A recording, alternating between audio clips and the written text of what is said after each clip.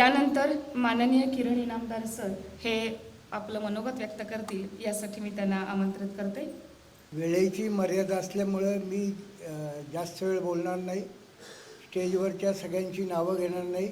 माझ्या सकट स्टेजवरचे सर्व सन्माननीय आणि प्रेक्षकात बसलेले लेखक कवी, उद्याचे लेखक कवी, सागर से जो टकराता है उसे तूफान कहते हैं, सागर से जो टकराता है उसे तूफान कहते हैं, और तूफान से जो टकराता है उसे वल्लरी प्रकाशन कहते हैं. आपण सदाशिव पेठेत कार्यक्रम करतोय. वल्लरी प्रकाशनचं सदाशिव पेठेत ऑफिस आहे.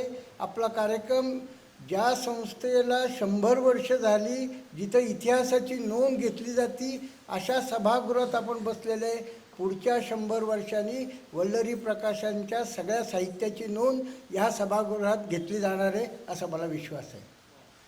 महेश मांजरेकर एका कार्यक्रमात असे म्हणले की AI-मुळं चित्रपटसृष्टीतली सृजनशीलता संपणार आहे.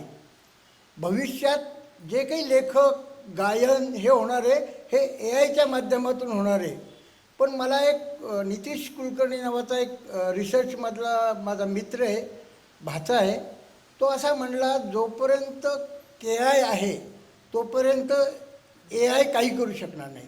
KI म्हणजे कल्याणकर आणि इनामदार. ह्यातली जी कवी, लेखक म्हणून जी सृजनशीलता आहे ती वल्लरी प्रकाशन ह्यात नक्की सगळ्यांची जपेल, जागरूक करेल. म्हणजे हा 18वा काव्यसंग्रह आहे. पहिल्या काव्यसंग्रहाला मला जेव्हा कल्याणकरांनी स्टेजवर बोलवलं, मला जांभया येत होत्या, कारण माझा साहित्याशी, कवितेशी काही संबंध नाही. पण 10-12 कार्यक्रम केल्यानंतर माझ्यातली जी दगडाला पाझर फुटतो तशा माझ्या कल्पनेत पाझर फुटला आणि 50 कर्तृत्ववान लोकांच्या कहाण्या वल्लरी प्रकाशनच्या माध्यमातून गगन भरारी नावाने सुरू झाल्या. गगन भरारी हा वल्लरी प्रकाशनचा एक असा उपक्रम आहे जो महाराष्ट्रातल्या आणि देशातल्या कर्तृत्ववान लोकांचा शोध घेतो आणि त्यांच्या कहाण्या आपण प्रकाशित करतो. आत्ता जे आपल्या कार्यक्रमाला जे एक प्रमुख पाहुणे आलेत, ॲडव्होकेट शंकर अदानी, हे गगन भरारीच्या पहिल्या पुस्तकात नायक म्हणून आले आणि वल्लरी प्रकाशनाच्या हृदयात येऊन बसले. त्यांच्या माध्यमातून, त्यांचा जो सीता ट्रस्ट आहे त्यांच्या माध्यमातून आई या काव्यसंग्रह आपला 14 डिसेंबरला प्रकाशित होणार आहे. महाराष्ट्रातल्या 800 कवींशी मी बोलल्यानंतर मला कविता येऊ शकते असं मला आजूबाजूचे म्हणायला लागले लोक. माझा कवितेचा काही संबंध नाही, माझा लेखनाचा काही संबंध नाही, माझा सामाजिक कार्याचा संबंध आहे. मी माणसांना भेटतो, माणसांशी बोलतो. पण कल्याणकरांच्या सहवासात आल्यानंतर आता मला माणसं दिसत नाही, त्यांच्या हृदयात असलेली शब्द मी बाहेर काढतो आणि आमच्या पुस्तकातून छापतो.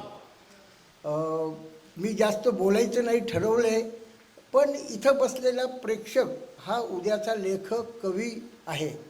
आम्ही एक, माझ्या सामाजिक कार्यात मी एक काव्य म्हणत मोठं झालेलं आहे. मनुष्य तू बडा महान आहे, भूल मत मनुष्य तू बडा महान आहे. प्रत्येक मनुष्यात एक सृजनशीलता आहे. काही जण लेखक आहेत, काही जण कवी आहेत. जे लेखक, कवी नाहीत ते कर्तृत्ववान माणसं आहेत. मानसी चिटणीससारखे आमच्या गगन भरारीचे लेखक, लेखिका आहेत.